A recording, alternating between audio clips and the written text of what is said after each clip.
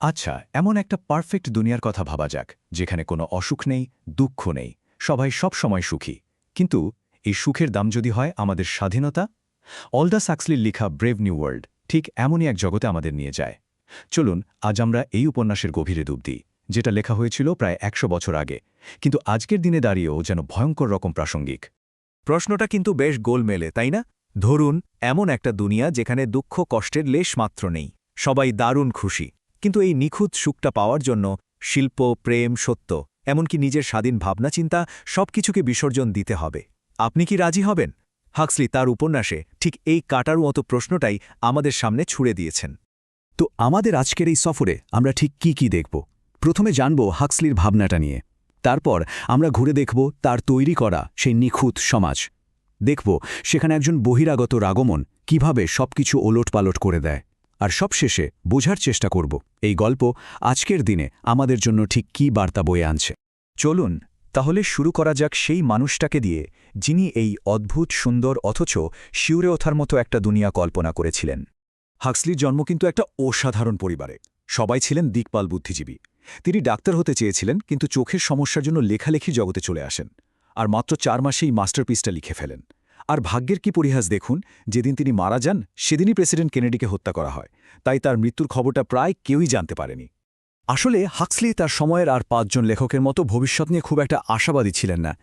বিশেষ করে এইচ.জি. ওয়েলসের মতো লেখকরা যখন প্রযুক্তির জয়গান গাইছিলেন, হাক্সলি তখন এর উল্টো দিকটা নিয়ে ভাবছিলেন। তিনি এমন এক ভবিষ্যৎ দেখাতে চেয়েছিলেন যা বাইরে থেকে দেখতে একদম পারফেক্ট, একটা ইউটোপিয়া, কিন্তু আসলে সেটা একটা আরামের জেলখানা। তিনি নিজেই এর নাম দিয়েছিলেন নেগেটিভ ইউটোপিয়া। আচ্ছা, এবার তাহলে সরাসরি ঢুকে পড়া যাক সেই দুনিয়াটায় যা হাক্সলি তৈরি করেছিলেন। ওয়ার্ল্ড স্টেটে আপনাদের স্বাগত, যেখানে সবকিছুই একদম সাজানো গোছানো আর নিখুঁত। এই দুনিয়ার ক্যালেন্ডার কিন্তু আমাদের মতো নয়। ওদের বছর গোনা শুরু হয় হেনরি ফোর্ডের বিখ্যাত মডেল টি গাড়ি তৈরির সময় থেকে, মানে আফটার ফোর্ড। ফোর্ডকেই ওরা ঈশ্বরের মতো পুজো করে, কারণ তিনিই তো মাস প্রোডাকশনের গুরু।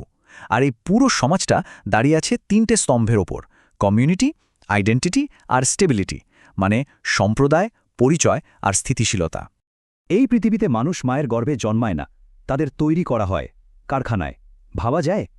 বোকানভস্কি প্রসেস নামের এক প্রক্রিয়ায় একটা ডিম্বাণু থেকে ৯৬টা পর্যন্ত হুবহু একই রকম দেখতে মানুষ তৈরি করা সম্ভব। আর এটাই হলো ওয়ার্ল্ড স্টেটের স্থিতিশীলতার আসল চাবিকাঠি। কারণ এখানে ব্যক্তি স্বাতন্ত্র্যের কোনো দাম নেই। এখানে শুধু সমাজের চাহিদা মতো একই রকম মানুষের সাপ্লাই দেওয়া হয়। এই সমাজকে আবার ৫টা ক্লাসে বা বর্ণে ভাগ করা হয়েছে: আলফা, বিটা, গামা, ডেল্টা আর এপসিলন। আলফারা হলো সবচেয়ে বুদ্ধিমান, ওরা শাসক শ্রেণী। আর একদম নিচে হলো এপসিলনরা, যারা শুধু কায়িক পরিশ্রমের কাজ করে। কিন্তু সবচেয়ে ভয়ঙ্কর ব্যাপার কি জানেন? জন্মের আগেই, মানে সেই বোতলের ভেতরেই কেমিক্যাল দিয়ে ঠিক করে দেওয়া হয় কার বুদ্ধি কতটা হবে, কে কোন কাজ করবে। ফলে কেউ কোনোদিন নিজের ভাগ্য নিয়ে প্রশ্নই তোলে না। ভাবুন তো, মা, বাবা, পরিবার, ভালোবাসা, এই শব্দগুলো যদি নোংরা গালাগালির মতো শোনায়। এই সমাজে ঠিক তাই হয়। মানুষের গভীর আবেগ, ব্যক্তিগত সম্পর্ক সব মুছে ফেলা হয়েছে। তার বদলে আছে হিপনোপিডিয়া, মানে ঘুমের মধ্যে ব্রেন ওয়াশ করা। ছোটবেলা থেকেই অবচেতন মনে ওদের মাথায় ঢুকিয়ে দেওয়া হয়, আমি আমার ক্লাসকে ভালোবাসি, আমি আমার কাজের দারুণ সুখী। এটা তো সোজাসাপটা মাইন্ড কন্ট্রোল। আচ্ছা, এত কিছুর পরেও যদি কারো একটু মন খারাপ হয়, তার কি হবে? তার জন্য আছে সোমা। এটা হলো সরকারের দেওয়া একটা পারফেক্ট ড্রাগ। কোনো হ্যাংওভার নেই, কোনো সাইড এফেক্ট নেই, শুধু এক মুহূর্তে সব দুঃখ কষ্ট ভুলে যাওয়া, একটা পারফেক্ট ভ্যাকেশন বাস্তবতা থেকে। হাক্সলি এটাই দেখিয়েছেন, মানুষকে কন্ট্রোল করার জন্য চাবুক মারার দরকার নেই, শুধু তাদের অফুরন্ত বিনোদন আর আনন্দ দিলেই হয়। সোমা হলো সেই নিয়ন্ত্রণের সেরা হাতিয়ার।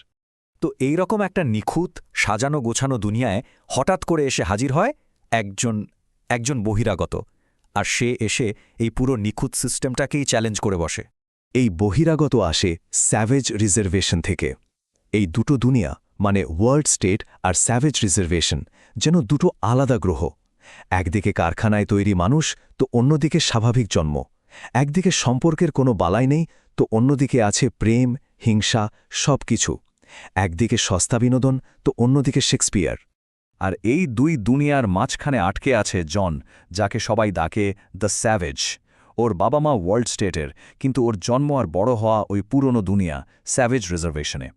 আর ও বড় হয়েছে শেক্সপিয়ার পড়ে, তাই ওর মাথায় ভালোবাসা, যন্ত্রণা, স্বাধীনতা এসব পুরনো দিনের ধারণাগুলো গেঁথে আছে। তো বুঝতেই পারছেন, যখন তাকে এই নতুন চকচকে দুনিয়ায় আনা হলো, তখন কি একটা ধুমধুমার কাণ্ড বেঁধে গেল। আর এই সংঘাত থেকেই উঠে আসে উপন্যাসের সবচেয়ে বড়, সবচেয়ে জরুরি প্রশ্নটা: সুখের আসল দাম কি, স্বাধীনতা নাকি স্থিতিশীলতা? জন আর ওয়ার্ল্ড কন্ট্রোলার মুস্তাফা মুন্ডের মধ্যে যে তর্ক হয়, তার মূলে ছিল একটাই প্রশ্ন: মানুষের কি অসুখী হওয়ার অধিকার থাকা উচিত? মানে কষ্ট পাওয়ার, যন্ত্রণা ভোগ করার, সংগ্রাম করার কি কোনো মূল্য আছে, নাকি শুধু সুখী হয়ে বেঁচে থাকাই জীবনের একমাত্র উদ্দেশ্য? জন কিন্তু এই সস্তা আরামের সুখকে একদম ছুঁড়ে ফেলে দেয়। ওর সেই বিখ্যাত কথাটা শুনুন: কিন্তু আমি আরাম চাই না, আমি ঈশ্বরকে চাই, আমি কবিতা চাই, আমি আসল বিপদ চাই, আমি স্বাধীনতা চাই, আমি ভালো চাই, আমি পাপ চাই। ওর কাছে এই ভালো মন্দ, সুখ দুঃখ, আলো অন্ধকার সবকিছু মিলিয়েই তো জীবন। কিন্তু অন্যদিকে কন্ট্রোলার মন্ডের যুক্তিটাও ভাবার মতো। তার কথা হলো, সমাজের শান্তি আর স্থিতিশীলতা আনতে গেলে শিল্প, বিজ্ঞান, ধর্ম, গভীর ভালোবাসা এইসব বিপজ্জনক জিনিসগুলোকে বাদ দিতেই হবে। তার মতে স্বাধীনতা আর স্থিতিশীলতা একসাথে চলতে পারে না, যে কোনো একটাকে বেছে নিতেই হবে। বইটা লেখা হয়েছে প্রায় ১০০ বছর আগে, কিন্তু অবাক করা ব্যাপার হল, হাক্সলির এই দুঃস্বপ্নের প্রতিধ্বনিগুলো আজ যেন আরও বেশি করে আমাদের চারপাশে শোনা যাচ্ছে। একটু ভেবে দেখুন তো, আজকের দিনে জেনেটিক ইঞ্জিনিয়ারিং নিয়ে কত তর্ক-বিতর্ক হয়। একটু মন খারাপ হলেই মুড ভালো করার ওষুধ, কঠিন বাস্তবতা থেকে পালাতে সারাক্ষণ বিনোদনের জগতে ডুবে থাকা, কিংবা নিরাপত্তার জন্য নিজেদের প্রাইভেসি বা স্বাধীনতাকে বিসর্জন দেওয়া, এমনকি ইন্ডিভিজুয়ালিটি হারিয়ে ফেলার ভয়, এই সব কিছুই কি সেই ব্রেভ নিউ ওয়ার্ল্ডের কথা মনে করিয়ে দেয় না?